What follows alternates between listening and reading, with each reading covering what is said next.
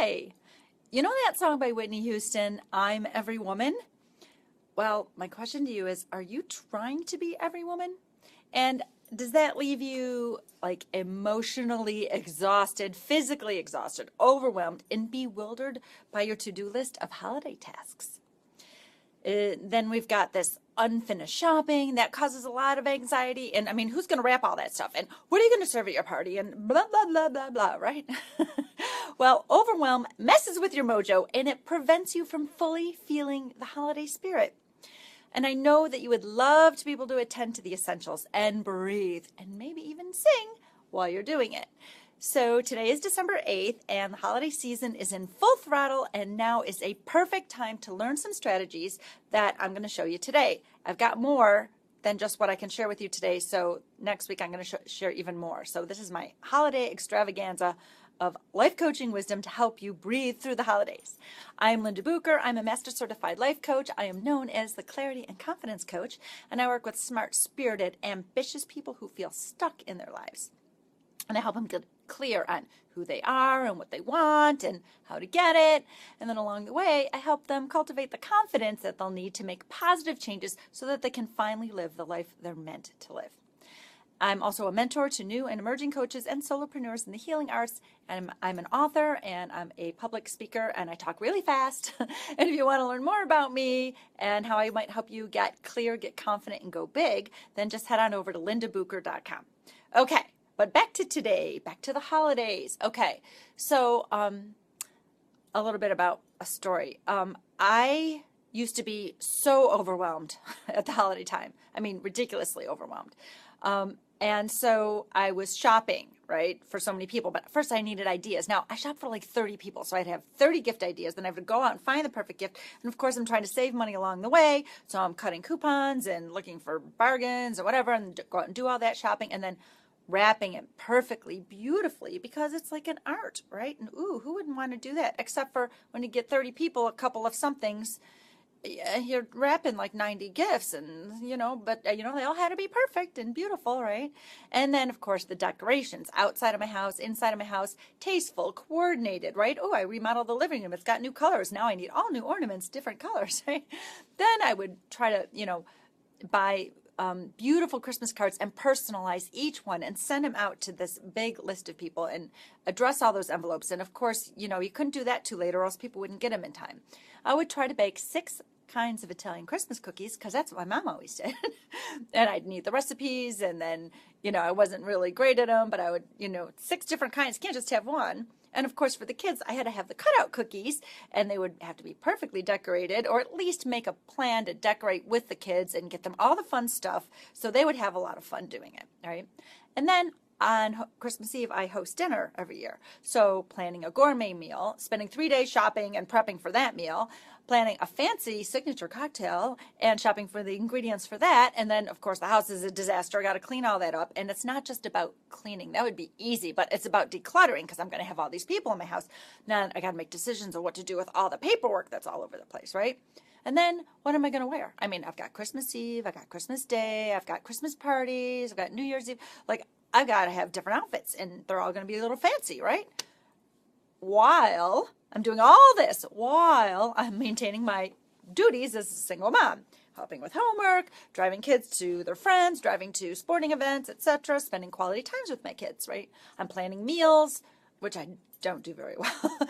I'm trying to grocery shop. I'm paying the bills. I'm keeping up the house.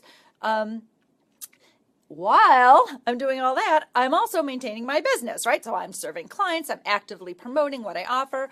I'm creating new programs. I'm strategic planning. I'm thinking about, what went well the prior year, what didn't go well, what kind of changes should I make for the next year. I'm evaluating what's working. I'm evaluating what's not working. I'm, booking and planning and doing speaking events and trying to plan those for the following year. And then I've got the administrative duties like bookkeeping and, filing tax returns and sales tax and all sorts of stuff like that, right? So I'm doing all this, right? Can you imagine, right? All this mixed with perfectionism. No wonder I had been so overwhelmed, so exhausted, and so bewildered. And I knew something had to give, but, I didn't want to leave anybody out. So every time I started thinking about what could give, I just got like stuck. Like what can I not do? I don't understand. So I'm wondering if any of these scenarios are familiar with you. If your overwhelm looks a little like mine did. And so what I want to do is I want to share with you the problem. Now, the problem I had is that I fell into the trap of trying to be every woman. Now, I love that Whitney Houston song as much as the next person. I belt it out to no one in my car when I'm driving, and it comes on the radio.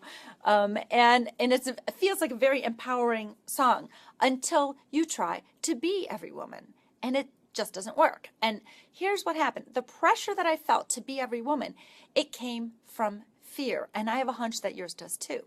So fear of not being enough, fear of being thought of as less than by others, but especially by myself.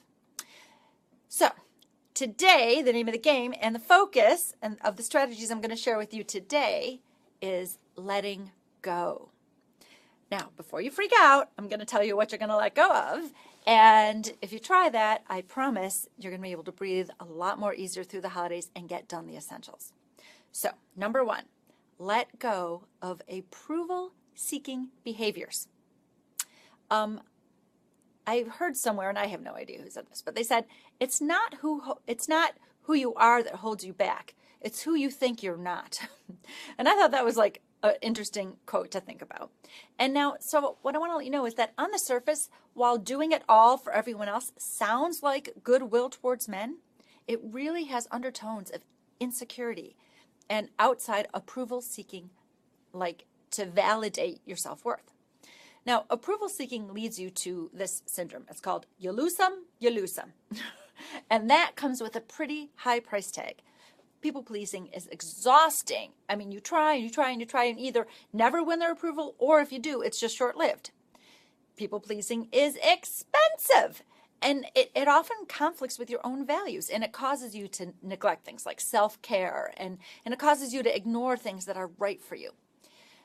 People pleasing does not work. I mean, you have about as much control over other people's thoughts and actions as you do over guaranteeing a white Christmas, right? Okay, it snowed today, but who knows?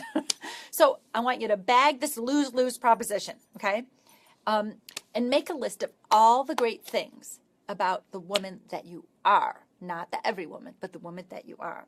And that will help you to drop these people-pleasing habits. Number two, let go of shoulds, okay? So I'll give you, for instance, if sending out a bunch of holiday cards feels like a should, stop doing it. It felt like a should to me. And you know what I think I did by stopping it? Now I get very few cards left, and I think a bunch of people said, phew, she didn't send one to me, now I don't have to send one to her.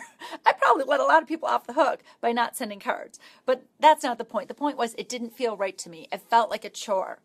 And so if this feels like a should to you, find a better way to connect, right? Like a note here, or a phone call there, or lunch with a friend that you haven't seen in ages, or just even invite them over for a few minutes during the holiday season just to, sit and have a cup of tea or a glass of wine with you. And so if you can connect throughout the entire year in ways that alleviate pressure and like strengthen you, right, then it's going to be so much better, and you won't feel the should around the holiday cards. So that's just one of my examples. So bag your shoulds in exchange for what feels authentic to you. And number three is to let go of perfectionism. Who? Me? So you might, here's, those you might be a redneck if. Well, you might be a perfectionist if you tend to see flaws more clearly than bright spots. You might be a perfectionist if you spend a ridiculous amount of time on the smallest details. You might be a perfectionist if you find yourself defensive towards criticism. So when you can't live up to your own expectations, consider that there's a flaw in your expectations. Because when you strive for excellence, you feel motivated. But when you're striving for perfectionism, that is demoralizing. So which do you want to be this holiday season? Do you want to be motivated, or do you want to be demoralized? Now, at the root of perfectionism is the belief that to be loved, to be lovable, or to be successful, you need to be perfect. And this is simply not true. Everything you do is perfect in its imperfection. And so are you. So I want you to set your sights on being an imperfectionist. Now, when I first tried to do that, I tried to be an imperfectionist, and I tried too perfectly to be an imperfectionist, so that wasn't really working. So just set your sight on being an imperfectionist. Celebrate your imperfections. Embrace who you are. Let go of perfectionism, and you will free up room in your life that you never even knew you had. So here's some action challenges for you. Today I showed you how to let go of being every woman by letting go of approval-seeking behaviors, by letting go of shoulds, and by letting go of perfectionism. And next week I'm going to deliver even more strategies of how to let go of being every woman so you can get it all done and breathe through the holidays. But your challenge today is to ask yourself why you're doing what you're doing, okay? And let go of anything that says, please like me. And let go of anything that says you should, and let go of anything that taunts you with needing to be perfect, okay? How do you see letting go of these approval-seeking behaviors, these shoulds, and this perfectionism impacting you this holiday season? I would love to know, so please send me a little comment below, and don't forget to like this video and like my page. And if you know someone who's overwhelmed while trying to get it all done, just share this video with them and let them know about next week, because I'm going to do part 2. And if you are ready to make not only your holidays better, but your life, and go from spectator to creator, then head on over to clarityonthehouse.com, where you can find out how to get a free hour on the phone with me, one-on-one, mano a mano. And tune in next week. Like I said, more strategies on how to let go of being all woman, every woman, get it all done, and breathe through the holidays. And don't forget to check out lindabooker.com, because there's more free tools and resources for your journey. I'm Linda Booker, here every Thursday with my Your Life But Better video series. Signing off. See you next Thursday.